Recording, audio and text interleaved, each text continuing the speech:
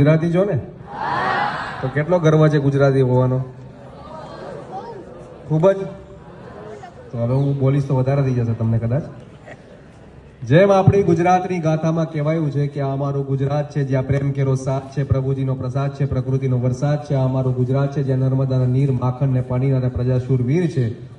અહીંયા તીર્થોત્તરનો પ્રવાસ છે, અહિન પર્વનો પ્રાસ છે, શૌર્યનો સહેવાસ છે. તો ગુજરાતના ગુજરાતીઓ માટે જ્યારે મારે કંઈક કહેવું હોય ત્યારે હું એટલું જ કહીશ કે જ્યારે રંગ જામ્યો છે પીપી એક્સપેરિમેન્ટલ સ્કૂલનો, મને લાગ્યો છે જ્યારે આનંદ અને ઉમંગનો, તો ચાલો ભેગા મળીને કરીએ ધમાલ, જીવી લઈએ આજ, ના કરીએ કાલ.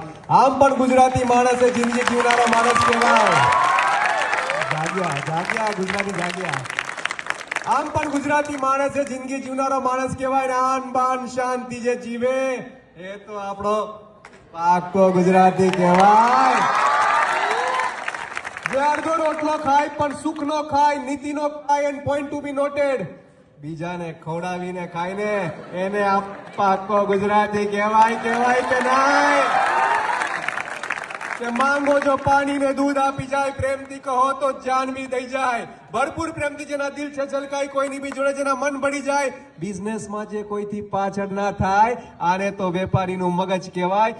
લાજ અને મર્યાદાની ઓળખ કહેવાય ને, ઇજ્જતથી જીવે ને વાલા ઇજ્જતથી ખાય ને એને આપણો પાકો ગુજરાતી કહેવાય.